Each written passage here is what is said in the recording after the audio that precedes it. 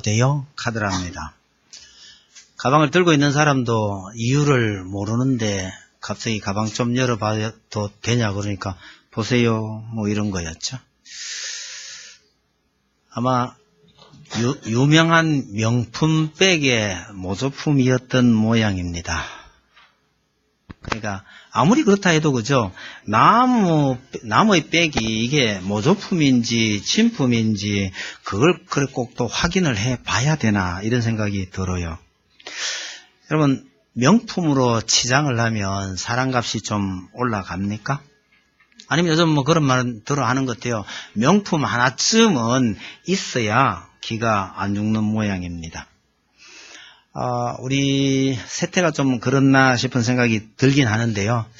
정말 비싼 명품인 것 같다 싶어서 기가 죽었는데 알고 보니까 그게 짝퉁이더라. 그럼 어떻게 되나요?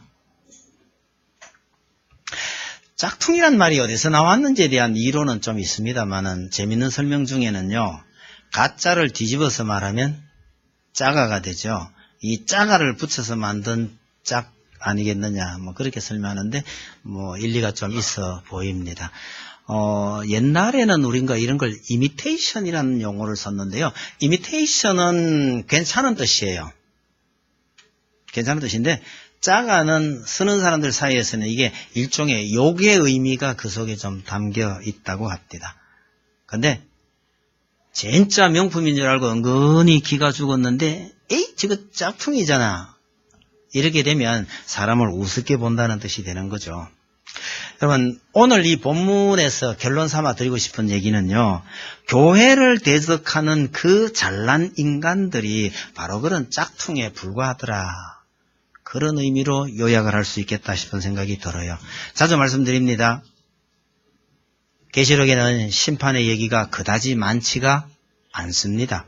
11장에 있고 16장에 있는데 그 중간에요, 교회를 돌보시는 하나님의 이야기가 있어요. 그런데 왜 이상하게 사람들은요 꼭 심판 얘기만 기억을 하고 그 사이에 있는 교회를 돌보시는 하나님의 이야기를 잘 기억 안 하는지 참 잘 모르겠어요. 그 하나님의 이야기 속에는 반드시 교회를 대적하는 그 용의 이야기가 끼어 있습니다. 지난주에 말씀드린 것도 하늘에서 패배한 용이 여자와 그 후손들을 싸우는 장면이었거든요. 여러분, 뭘 기억하셔야 됩니까? 용이 교회를 그렇게 핍박한단다, 이걸 기억할 게 아니고요.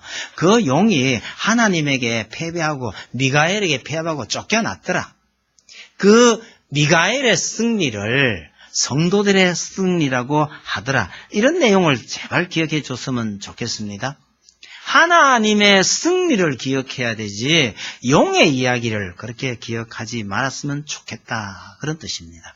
여러분, 오늘 여기에 무시무시한 이야기처럼 보이는 이 용의 이야기를 다시 또 재탕하는 거는요, 그 용을 좀 우습게 보라는 뜻에서 드리는 말씀입니다. 여러분, 하나님을 상대로 싸우고 있는 이 용의 모습을 잘 보면요, 철저하게 하나님 흉내를 내고 있다는 걸 알 수 있습니다. 한마디로 그야말로 짝퉁입니다. 표현이 좀 이상하지만 제가 원래 붙였던 제목은 짝퉁 하나님입니다.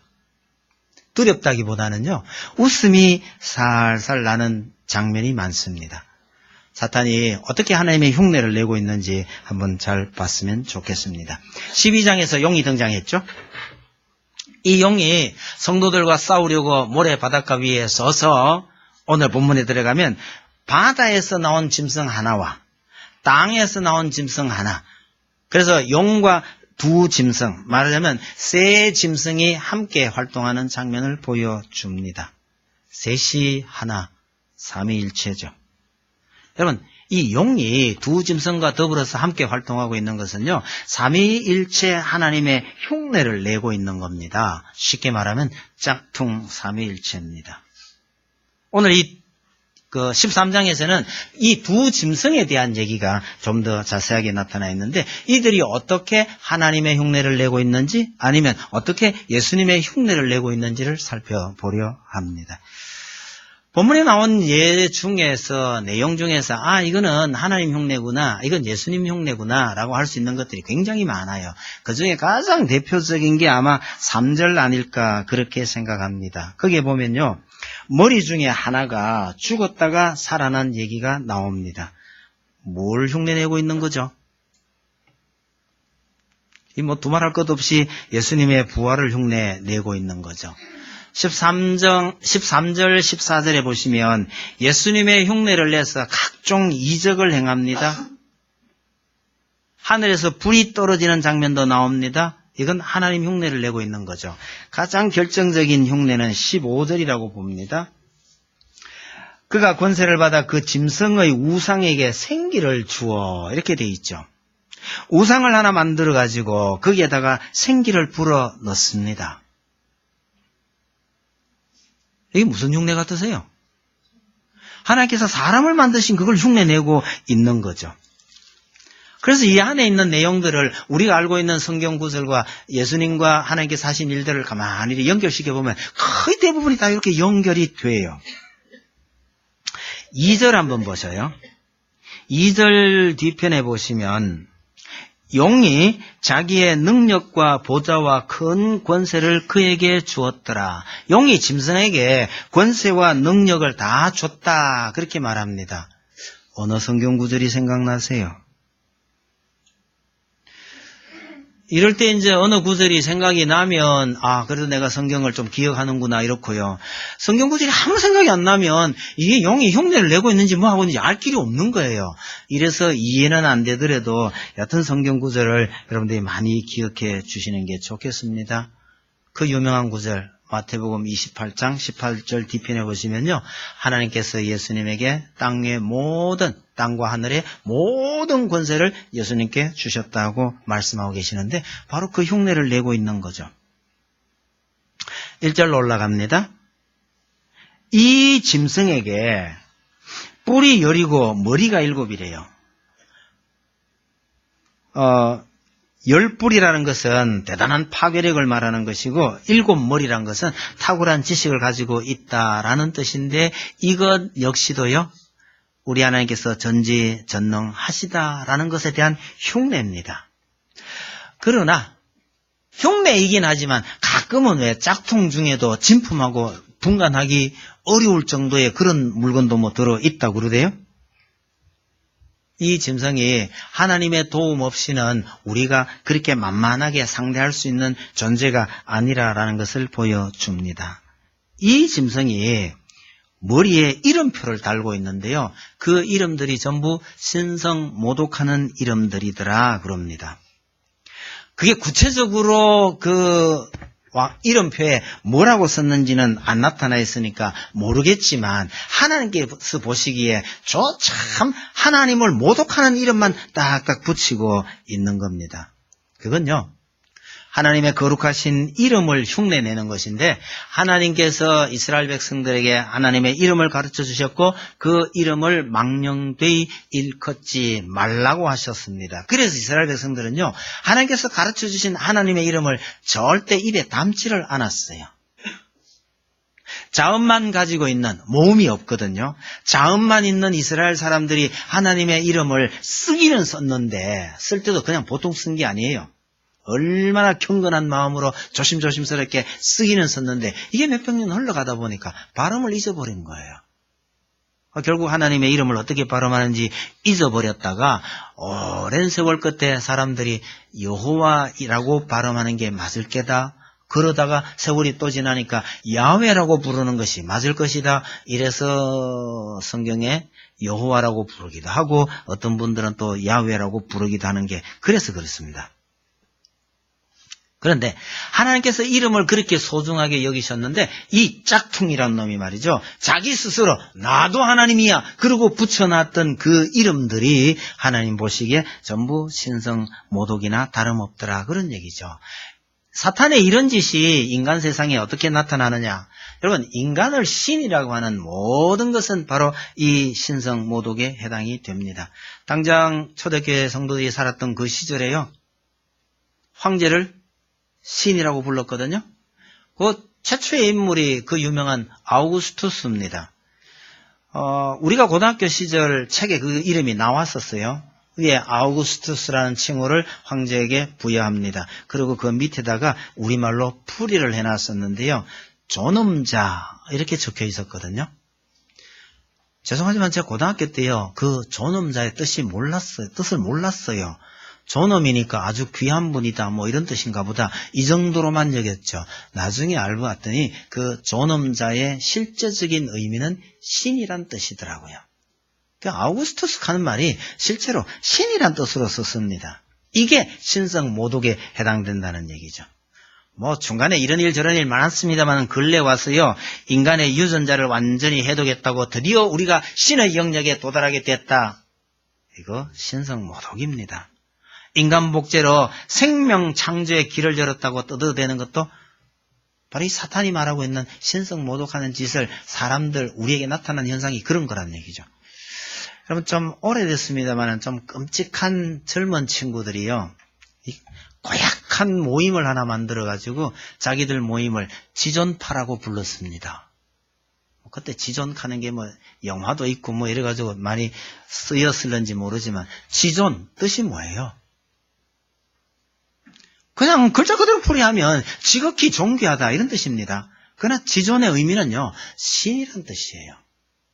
이 지존파들이 했던 일 정말 끔찍한 일 아마 기억하시는 분들 좀 계실 것 같아요. 저 시골 구석에다가요. 사람을 잡아 가다 놔놓고 정말 말 못할 짓을 저질렀던 이 지존파. 사람들이 저끼리 모여가지고요. 자기들 별 생각 없이 부르고 있지만 이건 그야말로 신성 모독입니다. 요즘 우리는 신성 모독이라고 할 만한 얘기를 예사롭게 해요. 여러분 신의님이 뭐예요? 이거 어느 놈들이 이런 걸 만들었는지 참 이건 놈들 캐도 괜찮지 싶은데요. 신의님이 뭐예요? 치킨 플러스 하느님. 참 기가 막힌다 이런 생각. 야구든지 아니면요 인물이 좀 괜찮으면 요즘 뭐 다 신이라. 양신이 뭐예요? 예? 양신. 양준혁이에요? 나는 끝에 양자 붙었는데 그게 앞자리 양이었구나. 야구를 잘한다고 해서 그걸 양신이라고 부르네요. 나는 그 선수 이름 끝자리가 양인 줄 알았더니 앞자리가 양이네. 아무데나 신이라고 갖다 끌어붙이는 거 이거 일종의 신성 모독인데 이게 사탄이 즐겨하던 짓거리란 얘기입니다. 5절 한번 보셔요. 짐승이 과장되고 신성 모독을 말하는 입을 받고 이러죠. 이 짝퉁의 말은요. 항상 과장되고 입만 떼면 하나님을 모독하는 말을 하는 겁니다. 이게 무슨 흉내인지 아세요? 자기 딴에는요. 예수님이 하시는 말씀을 흉내내고 있는 겁니다. 그런데 예수님은 사랑의 말씀을 하셔요. 그런데 이놈 짝퉁은요. 그런 말이라고 하는 게 이게 전부 본인은 과장이고 신성모독이라고 생각 안 하는 겁니다. 본인은 당연히 할 말이라고 하는데 이게 과장의 신성모독이 되는 그런 예입니다. 여러분 사탄의 후예들은요. 말이 참 거칠어요. 여러분 오늘날 우리 주변에 선거철만 되면 붙는 그 플랜카드 한번 보세요. 전 참 불편해요. 제가 누구의 편을 드는 것도 아니고 이쪽 말도 듣고 저쪽 말도 다 들어야 되는 건 맞긴 맞는데 붙어가는 플랜카드가 참 거북해요. 말을 꼭 저렇게 험하게 해야 표를 얻나 이런 생각이 드는데도요. 좀 그렇네요. 전에 한 말씀 드렸죠. 제가 포항에 있을 때 그 앞쪽에 있는 교회가 건물을 새로 짓는다고 하니까 그 마을 주민들이 붙여놨던 플랜카드요. 말을 저렇게 꼭 못되게 해야 되나? 너그 하나님이 그렇게 가르치더냐? 이래가지고 다른 교회 그 공사장 앞에다 탁 붙여놓고 있어요. 그 밑에요. 마을 사람 다 죽는다 이래 적어놨어요. 왜 죽는지 저 아만 봐도 모르겠어요. 그냥 앞에 그 교회 건물이 들어서니까 이 그늘이 좀 진다라는 뜻인가 보다 그런 생각을 했는데요. 참 입이 거칠어요. 여러분 선거에서 표를 많이 얻으려면요, 말이 부드러우면 사실은 잘 안 되나 봐요. 뭐 정치도 마찬가지지만 학교에 하다못해 학생회장 선거에서도요. 제가 회장이 된다면 우리 교장 선생님 잘 모시고 학생부장 선생님 잘 협조해서 정말 좋은 학교 만들겠습니다. 이런 표 절대로 안 나와요. 제가 본 애 중에 하나는요, 여학생이요, 군화 같은 거 신고 올라오더니만은, 우리가 이런 신발을 신는 건 왜 안 됩니까? 하고 빵 때리고 집어 던지고 이러더니, 그게 학생회장 되더라고요. 제가 하도 놀래가지고요. 전 잘 모르는 애인데, 그게 잘 아는 선생님한테 물어봐서, 쟤 원래 저런 애예요? 하고 물었더니, 아니래요. 아주 모범생이래요. 근데 그렇게 얘가 표 못 와가지고 학생회장 다 됐어요. 제가 걔 나중에 따로 불렀어요. 집히는 데가 있어서. 야, 너 어디 가서 그런 수법 배웠니? 이랬더니요, 저거 오빠가 옆에 고등학교 학생회장이래요. 그래서 오빠가 전수해 준 거예요. 그래가 얘가 표를 못하고 학생회장이 딱 되고 그 이튿날부터 다시 원위치, 아주 모범적인 학생으로 돌아갔다는 거죠. 한 어디서든지 사람을 끌모으고 이러는 데는요, 그렇게 과장하고 또 좀 말을 거치게 해야만 되나. 이게 참 아픈 현실이기도 합니다. 여러분, 교회 안에서 그런 일 절대로 없기 바랍니다. 겸손하고 자신을 낮추고 부드러운 말이, 그게 정말 중요한 말이어야 하는데, 목소리 크고 큰 목소리 딸려서 가고 이래서는 절대로 안 된다는 뜻입니다. 왜? 그게 사탄의 수법이라는 사실을 기억하시기 바랍니다. 16절하고 17절에 보면 그 유명한 짐승의 표가 나오죠. 이거 뭐 옛날에 666 해가지고 참 말도 많고 탈도 많았던 건데, 여러분, 이 짐승의 표가요, 여전히 하나님 흉내 내고 있는 겁니다. 이런 거 퀴즈하면 정말 좋은데, 이 짐승의 표를 사람들 이마에 쓰거나 붙이거나 손에 붙이고 하는 거는요, 하나님이 했던 일을 흉내내고 있는 겁니다. 그럼 하나님께서 언제 이런 일을 하셨는데요? 대답하지 마세요. 아시더라도. 이럴 때 대답하면 이제 진짜 실력이 확 드러나는 거니까 뭐 할 수 없이 알지만 좀 참아야 안 되겠습니까? 목사 혼자 아는 척 할게요.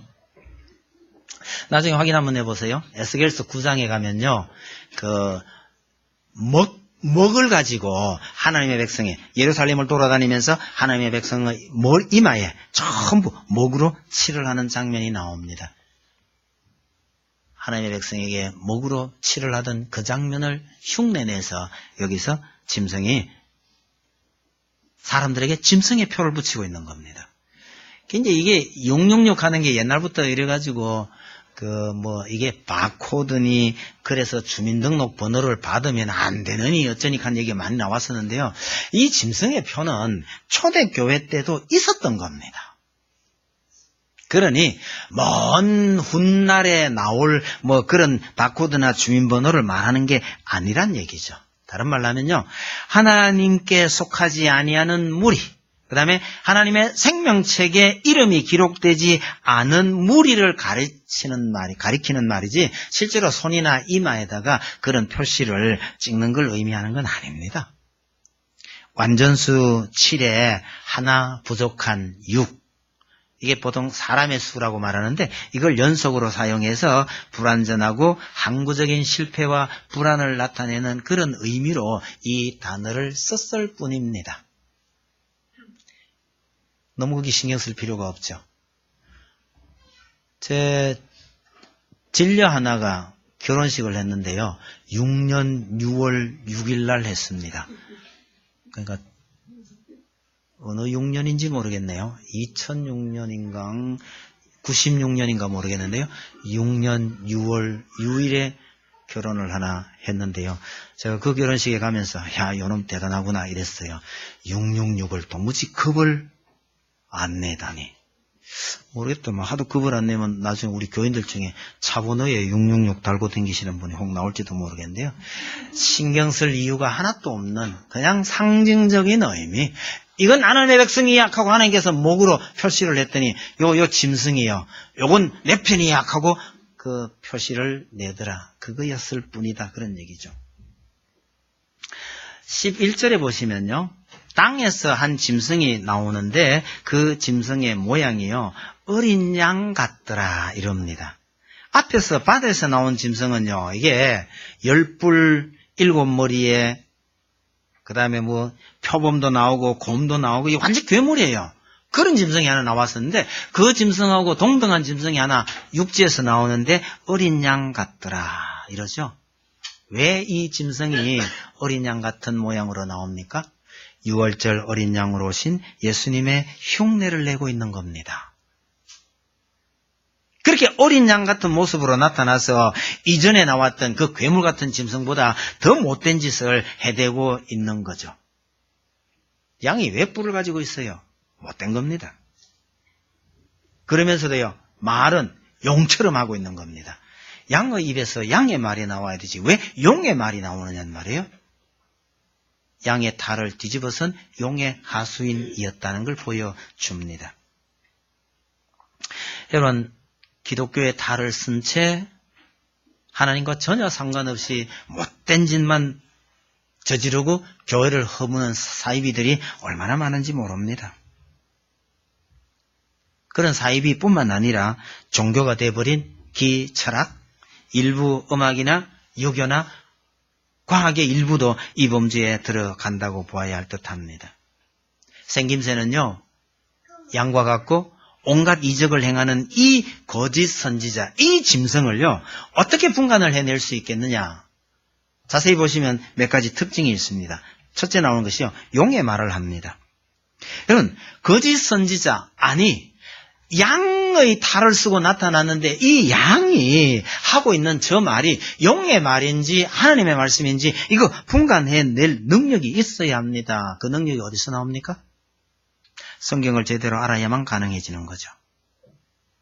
여러분, 참 불행한 일입니다만 그리스도인들이요, 성경 말씀대로 살거나 성경이 가르치는 대로 사고하고 행동하는 사람이 그리 많지가 않아요.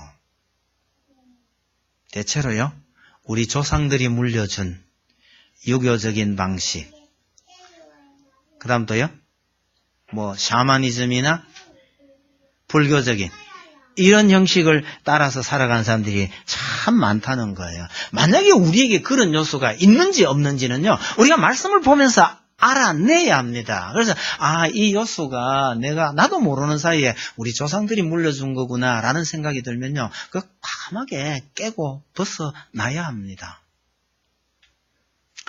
우리 조상들이 남자들한테 물려준 참 좋은 거 하나는요, 여자가 하는 거죠.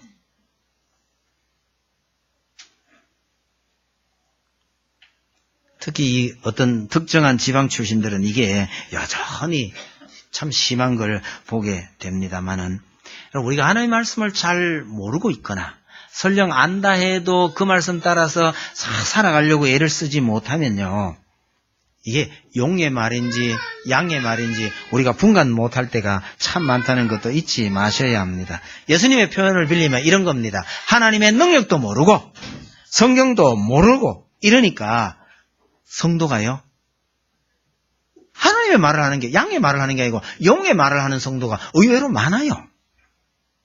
옛날부터 유명했던 거 있잖아요. 집에 뭔 일이 좀 생기면 이 참 신실한 교회에 주로 권사님들이 오셔가지고 네 요새 무슨 죄 지었노? 빨리 회개해라. 그 옆에 친구가 딱 그겁니다. 그러면 하나님도 모르고 성경도 모르니 한다고 하는 말이 양의 말이라고 한다고 하는 게 이게 결국 용의 말이 돼버린다란 말입니다. 말을 분간할 수 있어야 되겠고요.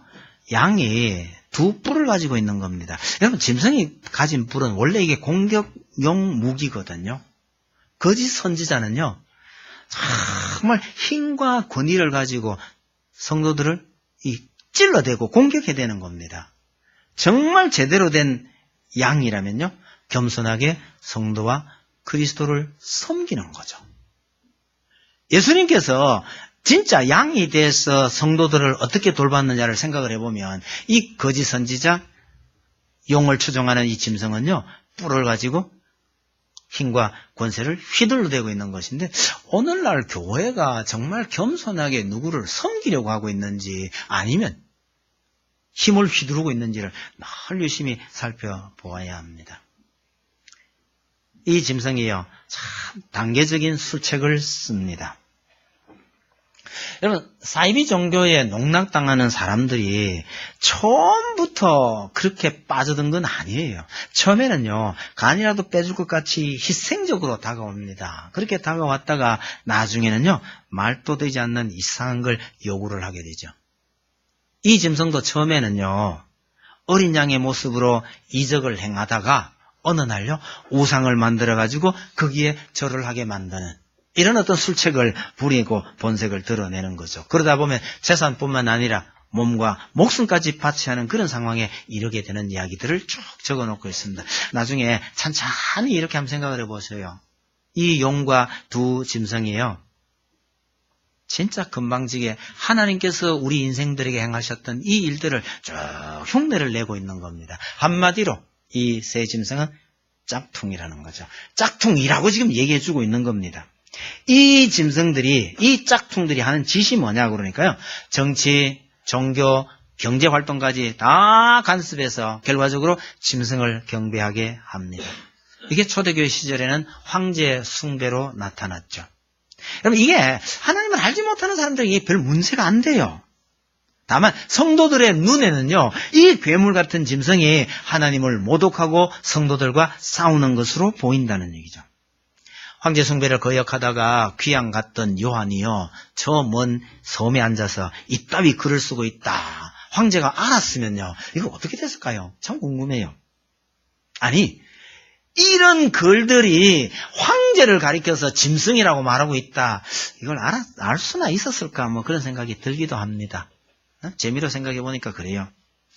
오늘날 우리 시대에요, 이런 짝퉁이 뭐가 이런 짝퉁이겠느냐 한번 생각해 보셔요. 돈이면 최고고요. 과학이라면 무조건 옳은 건가? 여러분, 하나님 이외에 하나님 행세를 하는 것은 전부 짐승일 뿐입니다. 5절에 보시면 이 짐승이 활동하는 기간이 42달로 나옵니다. 이 42달은요, 교회의 기간이라고 하는 1260일과 동일한 의미입니다. 다시 말하면요, 이 짐승의 활동 기간과 교회의 기간이 일치합니다. 교회가 존재하는 동안에는 이 세상에서 이 짝퉁이 설치고 다닌다는 뜻입니다. 온 세상을 자신의 세상처럼 휘젓고 다니고 있는 것이고요. 그러는 가운데서 하나님을 알지 못하는 사람들은 이 짐승의 표를 받는 거죠. 어느 대기업에서 사원을 뽑을 때, 특히 면접 볼 때요, 꼭 역술가를 참여시킨다라는 소문이 있었는데 대충 맞는 것 같다, 그런 얘기도 하고요. 입시철이나 선거철이 되면 유명한 역술가를 만나기 위해서는요, 돈만 가지고도 안 되고요, 특별한 백이 있어야 된답니다. 여러분, 그렇게 첨단을 긋고 뛰어나다고 하는 사람들조차도요, 여전히 약한 존재일 뿐이라는 걸 잘 보여줍니다. 이런 세상일수록 짐승이 더욱 기승을 부려댑니다. 그런 세상일수록 우리 그리스도인은요, 짝퉁을 구별할 수 있는 지혜가 필요합니다. 우리 이런 세상에 살고 있는데 무슨 낙으로 이런 세상을 계속 살아야 하느냐? 여러분, 오늘 13장은 어떻게 본다면요, 성도들의 소망에 대한 내용이 별로 없는 듯이 보여요. 12장에서는 분명히 하나님께서 여자와 그 후손들을 보호하는 얘기가 많이 나왔는데 13장은 그런 게 좀 없는 것 같아 보이죠. 온 세상을 휘젓고 다니는 이 짐승이 바로 짝퉁이란다 라는 이 말이요, 성도들에게 얼마나 위로를 주는지 한번 상상을 해보세요. 제 아무리 명품이고 제 아무리 잘났다고 해도요, 저 짝퉁이네, 이러는 순간에 그게 부러운 게 아니에요. 우스운 거예요. 오늘 또 어찌하다가 주일날 너무 새벽에 일찍 일어나면 안 되는데요. 오늘 또 어쩌다가 너무 일찍 일어나가지고 새벽에 책상 앉아가지고 이 말씀 묵상하면서 설교 원고를 따듬고 있는데요. 세상에 밖에서 누가 꽝을 지르고 가는 거예요. 저 자식이 이 밤중에 왜 일어나? 도대체 몇 시야? 하고 시계를 보니까 새벽 3시예요. 새벽 3시에 광화문을 지르고 나는데 저게 나름대로 객기를 부리는 모양인데 한마디 하려고 어느 놈인가 싶어 내다보려고 하다가 보니까 소리가 조금 작아요. 저 자식이 객기를 부리고 싶은 모양인데 힘은 좀 없는 모양이구나. 소리가 좀 작네. 이 생각이 딱 드는 순간에 웃음이 실 나더라고요. 그래서 안 내다봤습니다. 짓다 나는 객기를 좀 부리는 모양인데 힘은 좀 딸리는구나. 여러분, 사탄이 용을 쓰고 설치고 다녀도 우리 성도는 그 모습을 보면서요, 야, 너무 짝퉁이 까불고 있네. 이 정도로 끝내라는 거예요. 여러분, 짝퉁이 온 세상 사람들에게 짐승의 표를 주고 이작당을 해도요, 성경은 8절에 뭐라고 했냐면 8절을 역으로 읽으면 이렇습니다. 짝퉁이 설치는 이 세상에서 어린 양의 생명책에 농명된 자만은 짐승에게 경배하지 않더라. 이런 뜻이기도 합니다.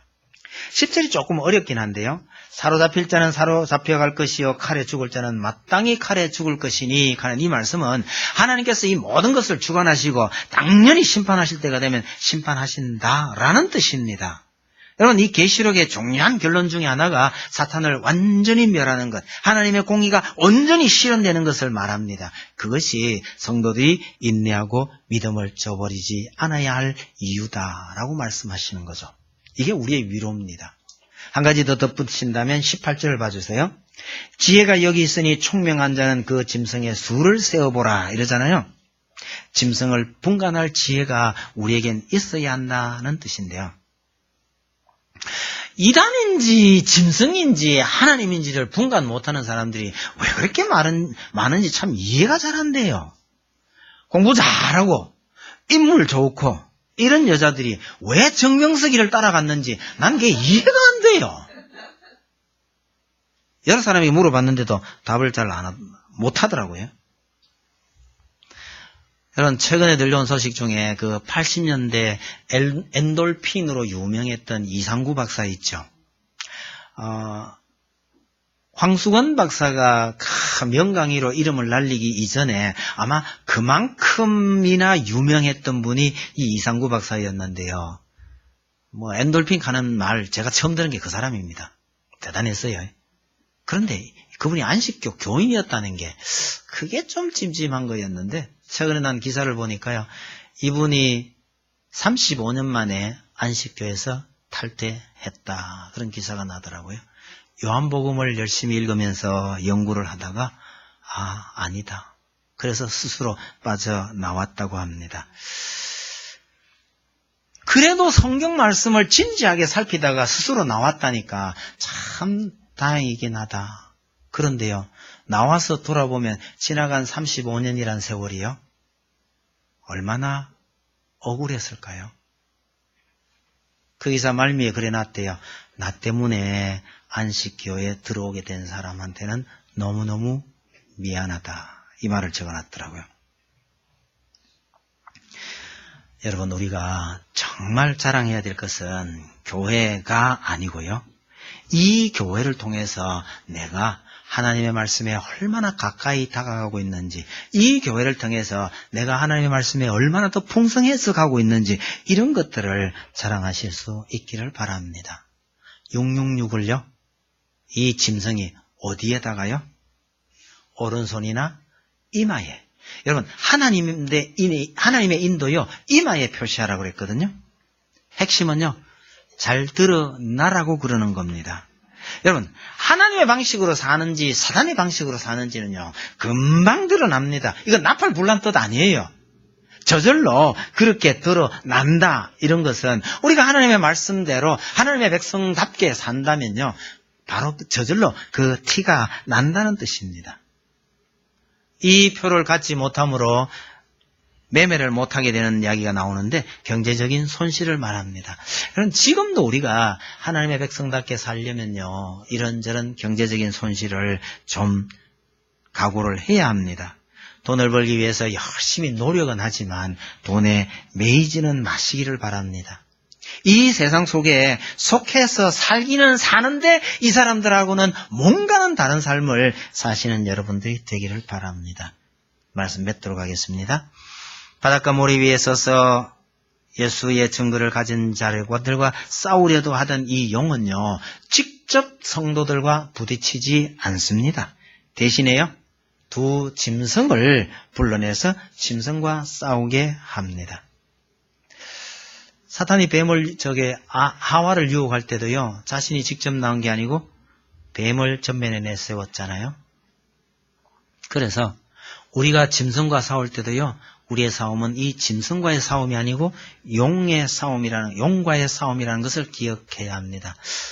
최근에 싸우신 적이 있는지 모르겠습니다만, 이웃집 아줌마하고 싸우든지요, 직장 동료하고 싸우든지, 앞집 운전사하고 싸우더라도, 그게 내가 지금 누구하고 싸우고 있느냐, 그걸 기억을 해 두셔요. 내가 용과 지금 싸우고 있다. 그러면, 우리의 싸움이 용과 나의 싸움입니까? 그것도 아닙니다. 왜요? 내 뒤에 하나님이 계심을 믿어야 합니다. 결국은요, 내가 싸운다고 하고 내가 애쓰고 있고 하는 이것이 실제로 하나님과 용의 싸움이라는 것을 기억을 하실 필요가 있습니다. 단 전제 조건은요, 내가 정말 말씀대로 살려고 애를 쓸 때이죠. 그래서 우리 그리스도인들은 이 땅에서 이런저런 싸움을 하고는 있지만 하나님께서 다 이겨놓은 싸움을 우리가 하고 있다는 거, 이거 제발 잊지 마시기 바랍니다. 계시록 읽으면서요, 제발 무섭다고 말씀하지 마세요.